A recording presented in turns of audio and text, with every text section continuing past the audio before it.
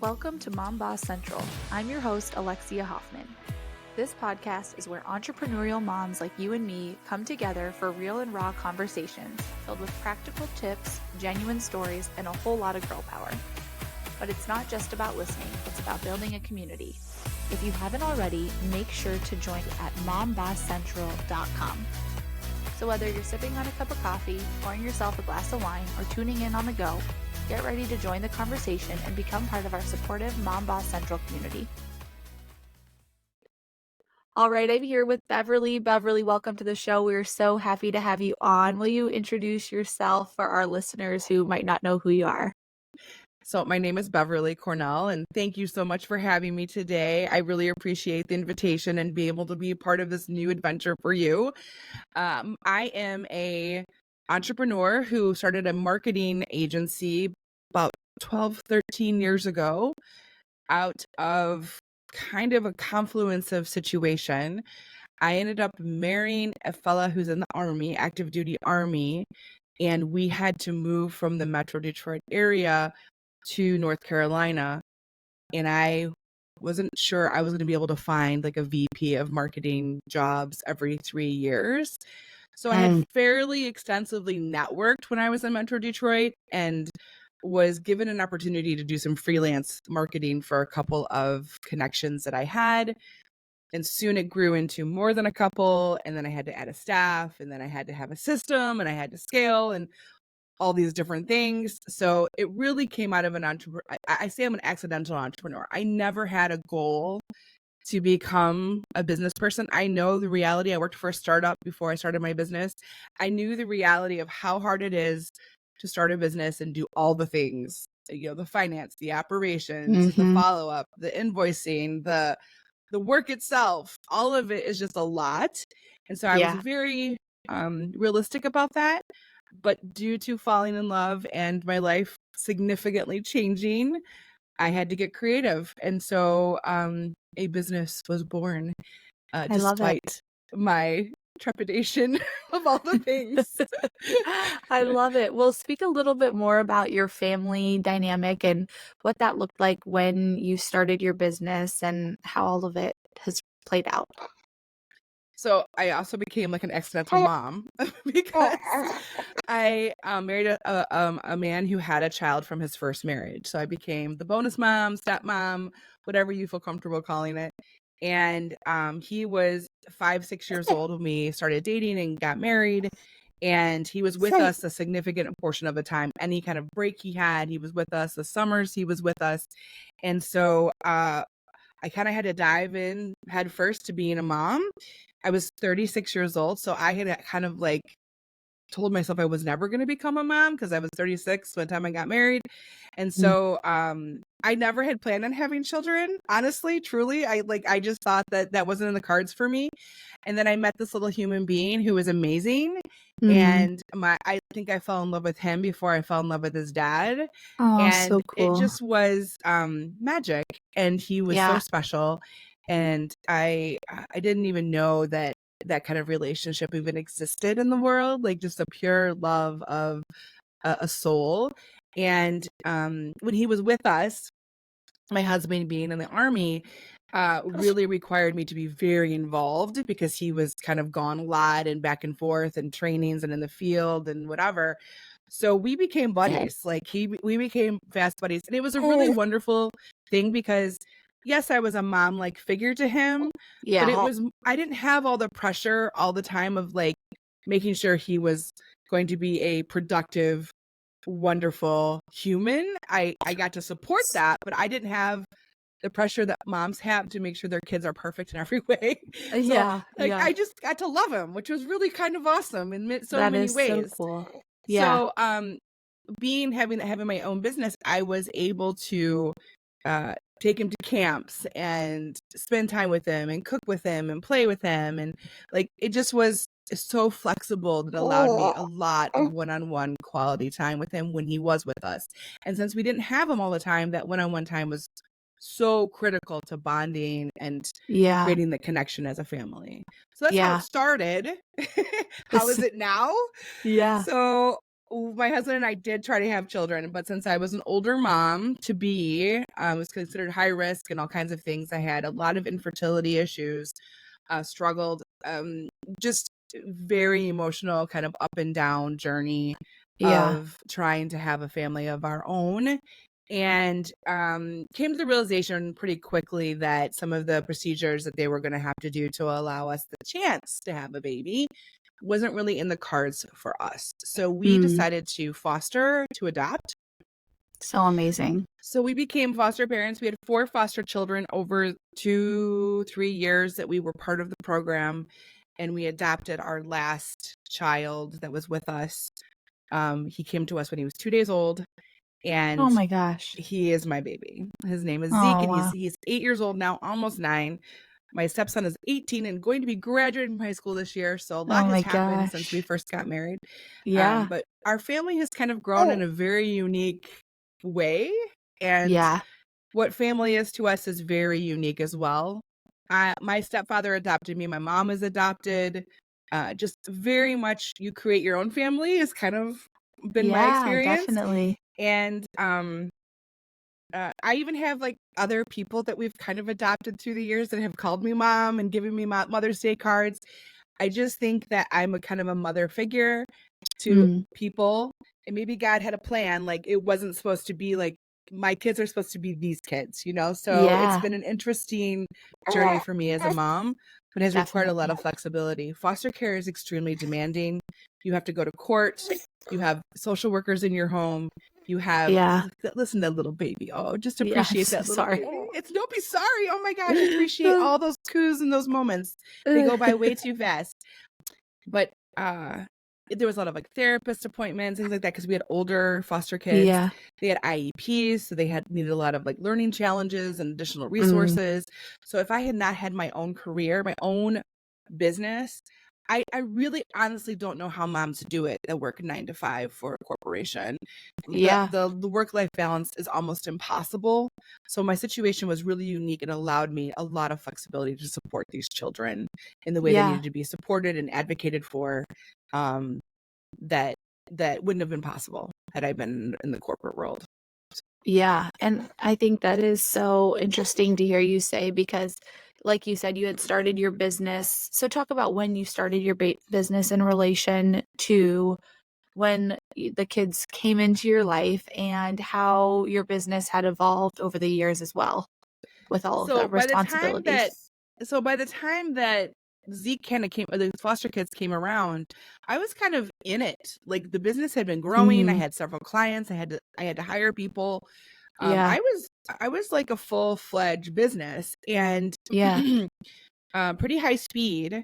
But what was nice about my work is I'd always been remote anyway. So even with like COVID and things like that, that wasn't really an issue.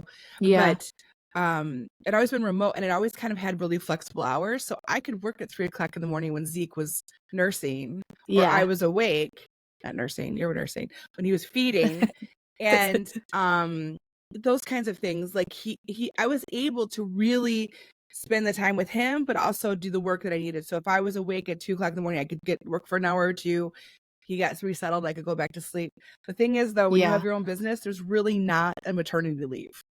Oh, yeah. So Yeah. there was many times he was literally like you in my lap, or he Yep. was in a rocker next to me. Yeah. I think that the best gift my mom gave me was this like Graco rocker thing that was amazing. And he would Yeah. like be next to me sleeping. But and the great thing was is all of my clients were really understanding. A lot of them were already moms as well, so they Yeah. knew the challenges. And so they were very supportive of me kind of doing the dual role. And that's Yeah. actually kind of reflected in my staff too. I've had many moms on my staff because you need to be flexible in that Oh, yeah. space. So it's been an interesting road in that sense. And there's a lot of times when I'm at a meeting and my son comes charging home from school and I'm like I'm trying to Yeah. but he has to be on camera. He has to come see who's there. And everybody kind of just goes along with it, which is so lovely. He says Yeah. hi, they say hi. So I feel like people are like, I think it's normalizing in some ways that it's Yeah. okay to, like, he knows he needs to leave mommy alone after he says hi or whatever, but He likes to see who my clients are, my staff. Like, he wants to say hi. They all say hi back. They all know who he is. Like, it's excuse me, been pretty integrated into my business life, and it's not something that I try to hide or Oh yeah. whatever. But working from home and having the boundary of my office has probably been one of the biggest challenges because little man. So that's been like having like a boundary of this is my office space. You can't just come charging in. You can't just like sometimes I'm recording or sometimes I'm on the phone. Like you have to at least be respectful of that before you just come in, as well as my office hours. That's kind of hard too because if I need to finish something, like the desk is right here as opposed to having to go to the office. So I work probably far more than I should. But I love what I do, so it's really hard to like and I'm in a creative space, so I have like an idea and I want to go do it, get it out of my head. And then that sometimes when you're in that creative space, it creates more ideas. So like then 3 hours are gone and my husband's like, what? Are you coming up? Like, are you gonna be part of the family? So there is that too. But that's I can definitely relate. I used to when I had my twins are 17 months old, and obviously she's 2 months, not even. And so with that, I really wanted to work from home at first. And I felt like guilty for, when I would come to the office. But what I found with my twins was I just couldn't get into that creative flow because I would hear them and I would, feel like I needed to go rush out and do that. So for me, it was kind of like the opposite of I need to go to the office to get stuff done or else I'll just be at home running in and out. And with her, after having twins and then having just one, she has come with me everywhere, which has been so nice in her first couple months of life. And majority of the time she's pretty quiet. Obviously days like today, she makes a little noise, but she knows. Yeah. And most people, being in a network of moms, thank God, people are so understanding. They and really are. so kind about it. But it's like, that's something that I'm going to have to think about too, as she gets older. We have a nanny for the twins, but for them to handle 3 babies under 18 months, it gets a little wild. So just trying to figure out that balance again in each season, just like you spoke about. It's like it's always evolving, and there's I don't think there's a formula that makes it easy or it's just continuing to be flexible. And like you said, I think that's why it's so valuable to work with other moms, because they get it and they understand those challenges and they learn to be flexible. As you have to be creative. What works for you and your child, because every child's different too. My eldest is a very creative soul. He's very introspective, whereas my youngest he lives life to the fullest and he's very outward with his everything. So he's very verbal, he's very physical, he's very but when that kind of reminds me, when he was a baby, the first couple 3 months I had him kind of next to me, but then I actually was so lucky. My neighbor was homeschooled and she was 15. So she came 3 days a week, like in the mornings from like 9 to noon or 1. And she would be mommy's helper. She would help with him in the morning, do a little light cleaning for me, like doing the dishes and all the bottles and all the things. And some laundry, because laundry is never ending when you have a baby. All the cloths and onesies and everything. So she'd do the laundry, do like a load of dishes for me. She would take care of him. And then I could have 3-4 hours in the morning where I could do my dedicated meetings. But I was still there. So if he really needed mama, I was there, but she could manage him. And she did that until he was about a year. That's and then so nice. I actually, and I wanted to be there too. Like if he was talking, this is my only baby, right? So I wanted to be a part of all the things. So if he was doing something cute, she could say, Beverly, come see, he's doing something cute, whatever. And so I could really still be a part of his world, which was lovely, and not feel so guilty either leaving. But then about a year, my husband actually was deployed. And my husband was kind of not adamant, but he was like, I think you need a break. So he needs to go to like daycare.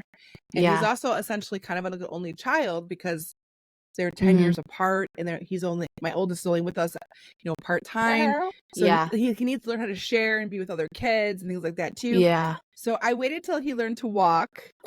And Oh, then I okay. sent him to daycare because I wanted to be Yeah. part of all of that.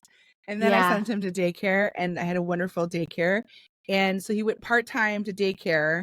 And then at about a year and a half or so, he went full-time. So I just kind of Okay. transitioned very slowly into that process.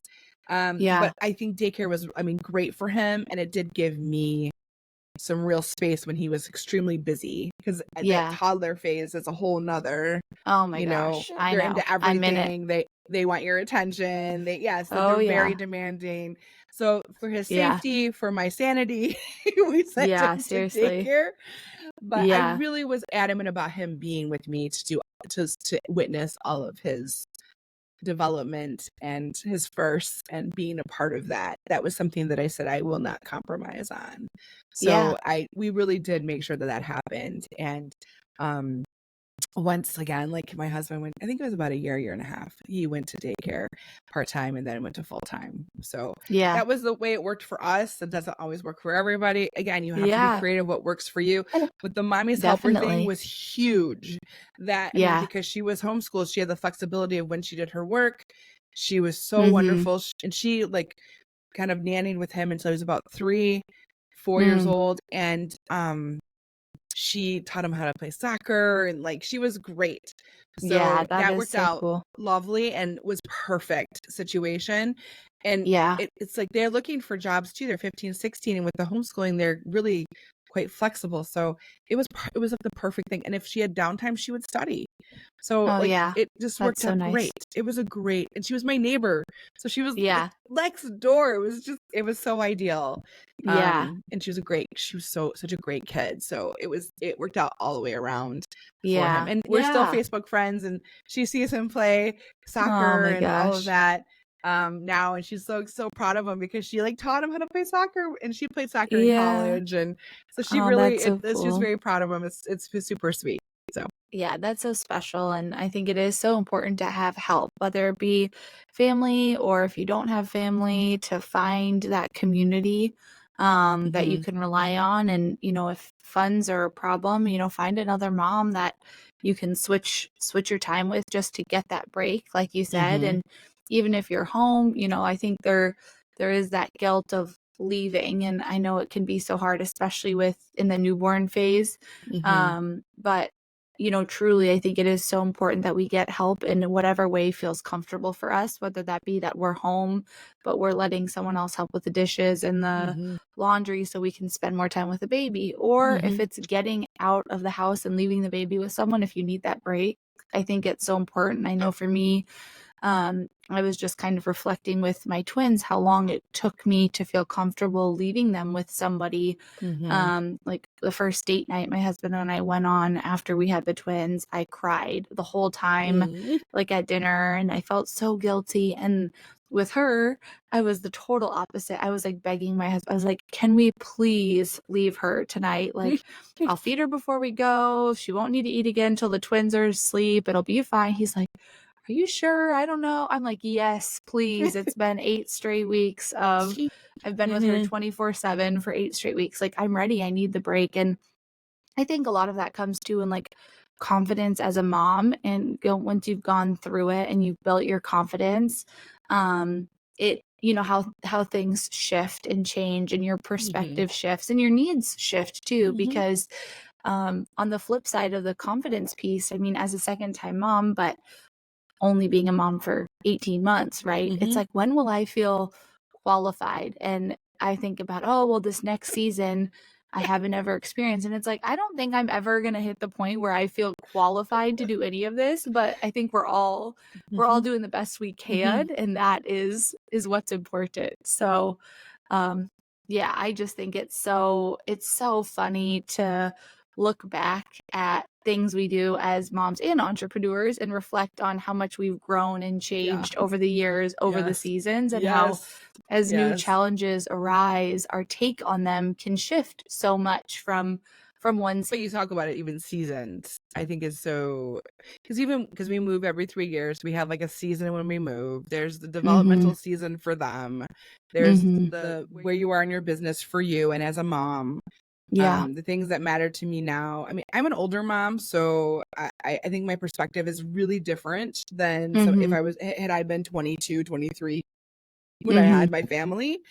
I'm just in a very different space. I think probably I'm a little bit more strict because I come from a different generation in some ways. Mhm. But I'm also there's certain things I am not a helicopter parent. Like because of Mhm. the way I was raised, we were all feral as kids. Like it was like go outside till the lights turned off and Yeah. turned on and like my mom and dad didn't even really know where I was. They knew I was kind of in the neighborhood, but like Yeah. we were kind of raised feral. So I think I'm Yeah. more apt to allow my children to have a little bit more freedom because of the way I was raised. So Yeah. my son, I mean, I live in a wonderful neighborhood that's very, very safe.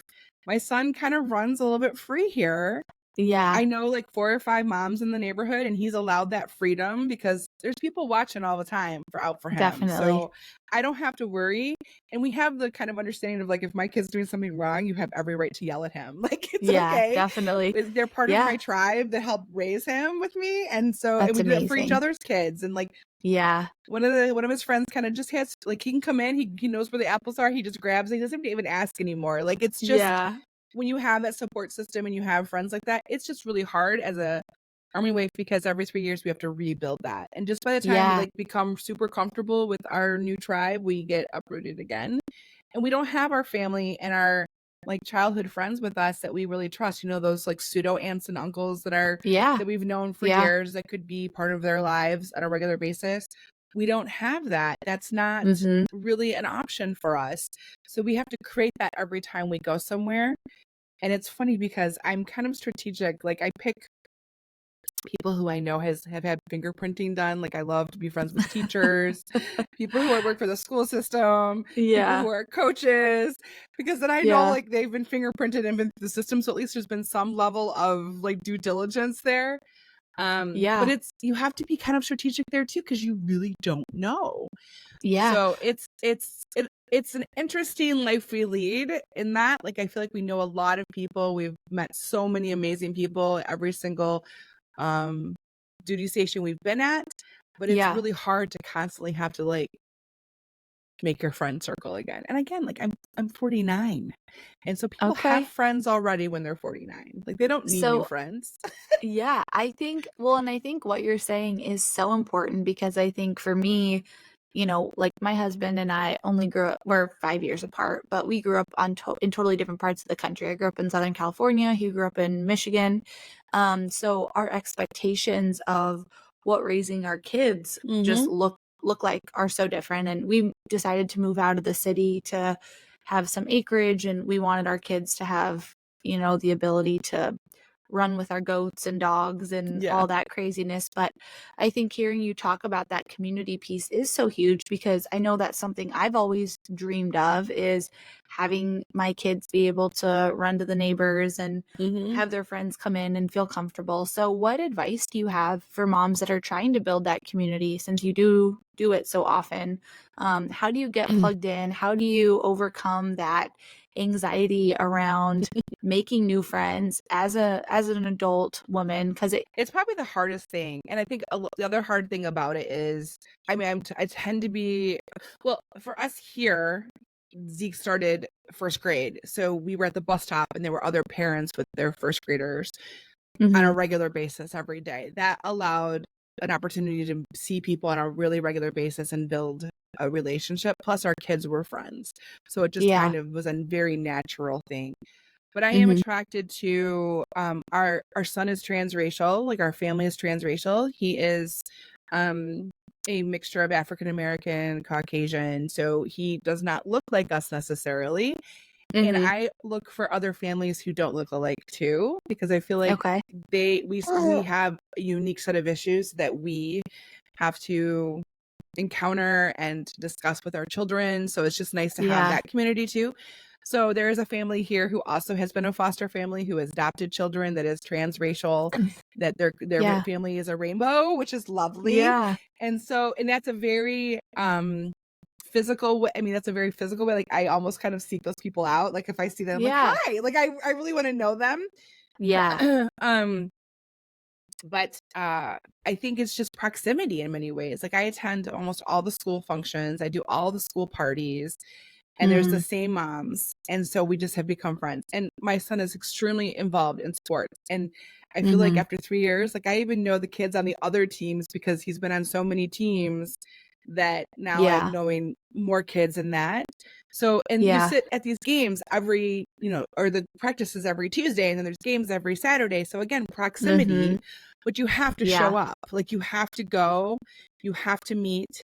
At our last duty station was COVID, and for a year and a half, we didn't go out. And that was like super hard because not only were we Yeah. new to the area, but we weren't even like doing anything to like meet anybody. It was extremely Yeah. isolating, very hard. Yeah. But actually easier to leave because we didn't have as many routes at Mm. that particular duty station. Yeah. So it just really depends on the situation, but I think really being present, showing up, and then being open. And I even Yeah. sometimes I'm really honest, like, hey, I'm new. I don't have a lot of friends. Like, if you're gonna do something, I'd love an invitation. Like, I'm really honest I love about it that. because Yeah. if I don't put myself out there, it's not gonna happen. Like people assume I have Definitely. friends. They don't assume that I'm like Yeah. Yeah. needing I a think that's friendship so circle, right? huge. Yeah, I think that's so big that you say that because I think, showing up, I think, of course, is part of it. But Mm-hmm. I think so often it's easy to say, oh, yeah, I showed up, I went to the games, but then that's it. And it's like, well, why am I not building that community? Why Yeah. am I not making friends? And I mean, that could even be translated to Facebook groups or, the Mom Boss Mm-hmm. Central community that I'm building. Like, Mm-hmm. you can be a part of it, but if you're not engaging and you're not reaching out and you're not telling people what you're looking for, Mm-hmm. right? Like you said, they're going to assume that you have what Yep. you need unless Yep. you tell them otherwise. So Yep. I think that's huge. And the fact that I think you do that without even realizing how impactful that is, because you've just been doing it for so long that a lot of us, at least for me, I would not think, and given my kids are young, so I haven't been in Yeah. that space, but I wouldn't think to say, hi, I'm Alexia and I am new to the sports world. I'm looking Mm-hmm. for mom sports friends. Like, I think Mm-hmm. that's so big and so powerful to just be vocal about what you're looking for because I think people want to help. And if you let them in, they're probably a lot more likely to help you. And So my son is in the Cub Scouts, and there's a mom there that's really great. Like her and I started talking. So there are connector moms too. There's like the mom that knows everyone. yeah, And somehow if you yeah. become friends with that mom, that's a really good thing too. I I'm not love that that. mom. I'm not that Okay. mom. So Yeah. I if I can somehow connect with that mom, that's great. But Yeah. she ended up moving, but she had connected me to another mom, and her and I became friends. And Mm-hmm. I'm gonna be really sad to leave her. Yeah. But again, she's a little bit older of a mom. She has an only child as well, like very Mm-hmm. similar. And I think you have to find the things that kind of resonate with you. Although when we were in Yeah. North Carolina, one of my best friends was 10 years younger than me, 12 years younger than me, but our boys were the exact same age, 1 month Mm. apart, and we would walk all the time with them. And they literally like used to like just lay right in the stroller, and then they started sitting, and then they Oh started my gosh. playing. Like they literally Yeah. started to exist with each other, which was very cool. And so we were Yeah. at the exact same space as a mom. Like our kids were doing the exact same things. Our kids were going through the exact same seasons. Like we were literally at Yeah. the same level. So we were very close. We're still close, despite the age difference. So I think there's Yeah. like your friends can serve different purposes too. Like your support, there is the people who are at the exact same age. You have the same kids, the same gender, maybe the same challenges, but they all Yeah. kind of like it's just different in that. So Mm-hmm. I don't um, I'm kind of picky because I don't like small talk and all of that nonsense. Yeah. Like I think it's because I'm older. Maybe it's just me. I'm an introvert more, so I don't like that. So I look for genuine connections. People who I see are, they're very genuine. Um, Yeah. but it's interesting. And there's also like other Army spouses. Like here where we are is there's a pretty limited number of them. It's not like a base. So Mm. there is another mom who works at the school whose husband is part of the military as well. And her and I Mm. have a relationship different than anybody else because we talk about being a military wife, Yeah. how we have to be the primary parent, how our husbands are gone all the time, how we have to Yeah. handle our children and how what they're going through emotionally, plus ourselves, and how much Yeah. we have to kind of step up in those situations and what that looks like. So there's really unique challenges that only another Army spouse could help support some of those Mhm. things. I talk about that sometimes with my civilian friends and they like they nod and they're empathetic, don't get me wrong, but they just don't really Yeah. understand how challenging and hard it is that the Army Oh, kind of definitely. controls your husband on a regular basis. I always joke that Yeah. the Army, I'm the wife, but the Army is the mistress, so she gets all the attention. Uh, So but it's really, it is a whole unique life that we lead as a yeah. mom, as a wife, as an entrepreneur, but Yeah. it's also brought us so many blessings. So I don't want to like focus on the negative. We've met so many amazing people. We've been Mhm. able to experience like the entire East Coast of the country, see Yeah. things we would never have been able to see. We're extremely resilient in the sense of that. And then again, more, I think more, what's the word I want to, intentional about how we make friends and the things Oh, that we yeah. do when we're in a space. And it's kind of interesting because you can create the life that you want by being intentional. So Yes, I'm definitely. extremely intentional with my business. I'm extremely intentional with my community in Yeah. that. And I work from home. So it makes a whole nother challenge of like meeting people because a lot of people's social circles are through work. Yeah. So Yeah. that adds a whole nother layer of like, how do you meet people? So it's a Yeah. very unique Well, life I lead. yeah, and what you were saying about sharing with like your civilian friends about the struggles of being an Army spouse, I feel like that is relatable to me in the sense of I spoke to my friends who are moms but not entrepreneurs about the, Yes. goals that I'm setting and the challenges I'm experiencing. And they were super empathetic to that, of course. And, they try to say things that they think are like supportive, but Mm-hmm. it's not the community that understood. Yes. And that is why I created Mom Boss Central, because I was like, it is so unique to be both a mom and an entrepreneur. And we experience such unique struggles and Mm-hmm. challenges and just unique joys also, like the flip Yes. side of that. There is so Yes. much benefit to it, but it is unique and it can be so isolating because, like you said, so many of us work from home or in a Mm-hmm. space without a big pool of people to have that community from. So I understand what you're saying in the Mm-hmm. context of it being isolating and to find people who truly understand what you're experiencing. So I'm glad that you addressed that. On the same note of doing all the things, how are you balancing being an Army spouse, being a mom, and running a business, having a podcast, writing a book? What is your tip to a mom who's trying to figure out how to juggle all the things? Um, hydrate and drink lots of coffee. Um, yeah, so I joke, but that's really true. Like, I Yeah. think coffee, I didn't drink coffee till I had kids.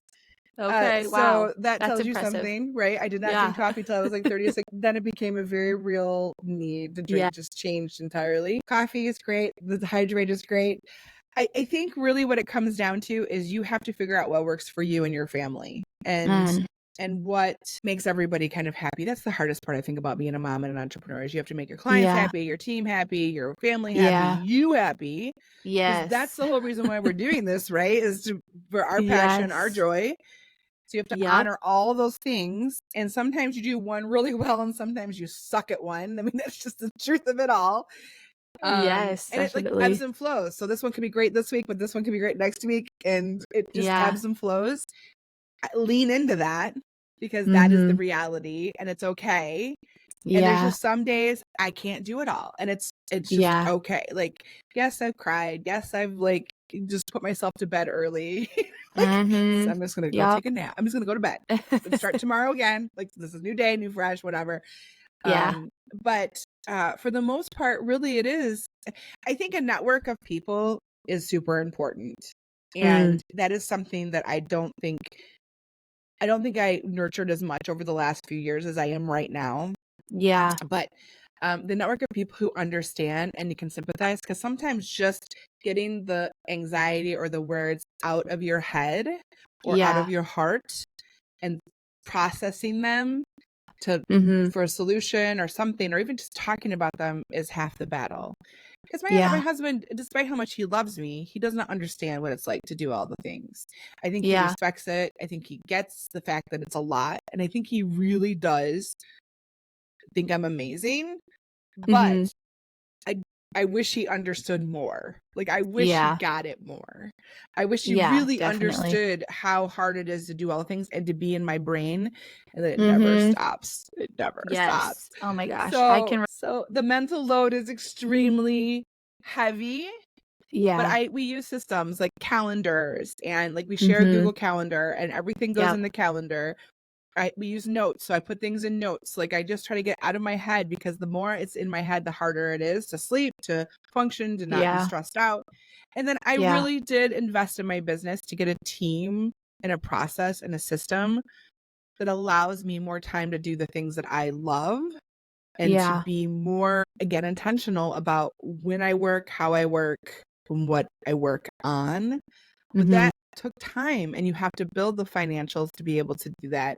And that's the hard part, but it's worth it if you can get past that a little bit. Like, if you can get to that point, it's worth it to Yeah. be able to delegate that and have a system that works and be able to be more intentional about, this is the stuff that brings me joy. This is what I want to focus on. This is where my legacy exists. And when you start Yeah. talking about legacy, it's so awesome. Like, it's a Yeah. whole nother Definitely. level of, I'm doing this with a purpose and why I love Mm. it. And when I will tell you, when I published my book, my son saw it come in the box and he was like, "Mom, can I take it to school?" And I was Oh like, my "Oh, nobody gosh. How else is gonna want it. amazing. Who's gonna care, Zeke? Like, I'm so glad Yeah. that you love it, but I don't think they're gonna care." And he's like, "But Mom, it's your book!" Like, he was so excited. And even Yeah. he was working remotely last week. I posted something about this on Facebook even, and he had to like quote, like source a book of some sort for something he was doing for his thing. He had to pick a book, Yeah.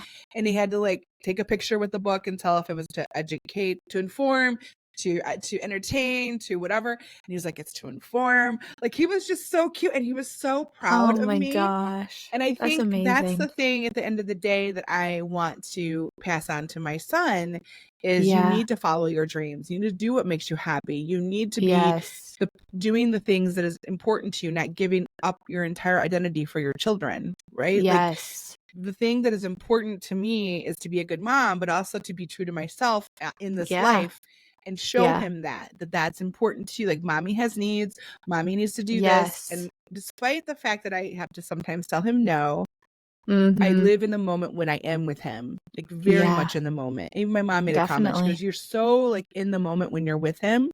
And I Mm. think I really value that on such a different level, probably due to infertility and how precious it is, but also because I know he was my only child I was going to have. So I was very like Yeah. about every moment. Yeah. But also because I'm an older mom and I know life is fleeting, like, I have a lot of wisdom in that. It's Mm-hmm. been like, I'm really intentional about that. So Yeah. it's I think it's just really looking at what makes you happy. And when you can look at what makes you happy and you can Yeah. schedule and create the life that you want around what makes you Definitely. happy, there's times you're not going to do the things that you want. Like, you have to do the bills and you have to do whatever. Mm-hmm. And I hate accounting and all those things. Like, it just is soul Mm-hmm. sucking. Tax season is Yeah. like the worst. But, but that's like a very short amount of it. And because I hate it so much, I found a bookkeeper, I found a CPA. Yes. Now I know, like, that Delegation. stuff. Love Yes, it. exactly. But I'm at a Yeah. point now in my career and my business where I have the means to do that. Whereas Mm-hmm. before, you have to just do everything. So Yep. um Yep. it's just kind of being aware that there are times when you're going to be able to grow and do the things that you want to do. You got to work hard, though. You just that's I think it's hard work, it's opportunity, it's all of that, and a little bit of luck in there Heck yeah. that Love it. makes it happen, right? So, Yeah. but the one thing is, my son knows, like, I'm here, and mommy's always there. Daddy's gone a lot. Mommy's always there. And Yeah. that's the thing that I want him to make sure he knows he has. And And, if he's sick, I'll go get him. If whatever, I'm Yeah. here. So Yeah. this business has allowed me, despite as much as I work, I am able to go and take an hour and do the class party. Mommy's always Yeah. there. And I keep Yeah. asking, like, do you want me to go? And he's like, yeah. So Yeah. I want to go as long as he says yeah. And then sometimes when he Yes. says no, when he gets older, I'm still going to go just to torture him a little bit. However, Yeah. while he says yes, I want to make sure that I'm witnessing those moments, and this business Definitely. has afforded me the opportunity to do that. And for that, I will Yeah. forever be thankful and grateful and feel I'm so incredibly blessed. Yeah, So, that is so special, and such a great part of being an entrepreneur is the flexibility that we have, and it brings its own struggles of, mhm, the ability to make our own schedule, the freedom of time, but there are those blessings. And I think, like you said, to be really clear on what your intention is and like you utilizing that in the mhm, ways that it benefits you and tapping into the reason that you became an entrepreneur, because mhm, that's why you did it, to have that freedom to enjoy those moments and to not feel guilty for doing that. So I think that's mm-mm, huge. And I really appreciate you sharing such a unique perspective with being a military spouse, adopting, being a, bonus mom, all the things that you're doing is so great. So I'm so lucky that we were able to have you on the show and have you as part of the Mom Boss Central thank community. you. Yes, for people who want to connect with you. So the thing that's really cool about what I do as a business is I help small business owners find their heart and soul and the passion and authenticity in their business so that they Mm, can build a brand, elevate their business, and achieve the next level of goals. I yeah, actually kind of refer to ourselves as marketing therapists. So I we love look it. at what has worked, what hasn't worked. We're there to help hold you accountable because sometimes we have to get through fears. We have to get through our own stuff when it comes to Mhm. fear of failure, fear of success, whatever that looks like, feeling like an Yeah. imposter. I mean, there's all kinds Yeah. of things that feeling like you're not worth a certain price point. Like we are there with you. So it is kind of like a therapy, but we're also Mhm. really Yeah. strategic about what marketing works, what tactics are appropriate, and how to get Yeah. to the vision that you want for your business. So that's what we do. Yeah. And that's BC and Associates Marketing. And it's bcassociatesmarketing.com. And we work with Okay. small businesses, mostly from like a year to like 5 years old. So they're still kind Okay. of new, but they know what they do. They know who they are to a certain degree, Yeah. that are between like 1 million and 5 million in sales, who want to get to that next level, whether it's opening a second location, starting an e-com store, Mm. whatever that looks like for them. So it's like getting to that next level of business for them. And then my Yeah. book is Marketing for Entrepreneurs, and it's on Amazon, and it's an Audible and Kindle and a hardcover, so not hardcover, soft cover. Love it. And then the podcast is Spark and Ignite Your Marketing, and we interview entrepreneurs who are inspirational, have unique journeys. Like I've interviewed a clown, I've interviewed a adventure and travel fella who has he has his own safari company. Oh, I've wow. Yeah. interviewed so again, just people who have gone through the journey of being entrepreneurs and Yeah. their challenges and successes, and even Yeah. some of the marketing tactics they've used that have been really helpful for them, and just really interesting people in Yeah. general. And so that's Marketing Ignite Your Marketing. So I'm on LinkedIn, Beverly Cornell. I'm on all the channels. And so if you Google me, you'll probably find me on the first page of Google. But there is something about an obituary there that I died. It wasn't me. It was somebody else named Beverly Cornell. Okay, good to know. Good to know. Don't be alarmed when you see the Don't be alarmed. I obituary. did not die. Yes, yes. Yes. Good disclaimer to mention. Well, we'll link everything down below in the show notes. So for anybody who's interested, they can find you and get plugged in. Well, again, thank you, Beverly, for being on the show. And Thank you so much, Alexia. Thanks for joining us on this episode of Mom Boss Central. I hope you found inspiration, encouragement, and maybe even a few new strategies to rock your mom boss journey. Remember, you're not alone. We're all in this together. And don't forget to share the love with your fellow mom bosses. Make sure to join the community at mombosscentral.com. It's completely free and a space to connect with like-minded women. All you have to do is sign up and start connecting. Until next time, keep pursuing your passions and living authentically. We're so happy to have you as part of the Mom Boss Central community.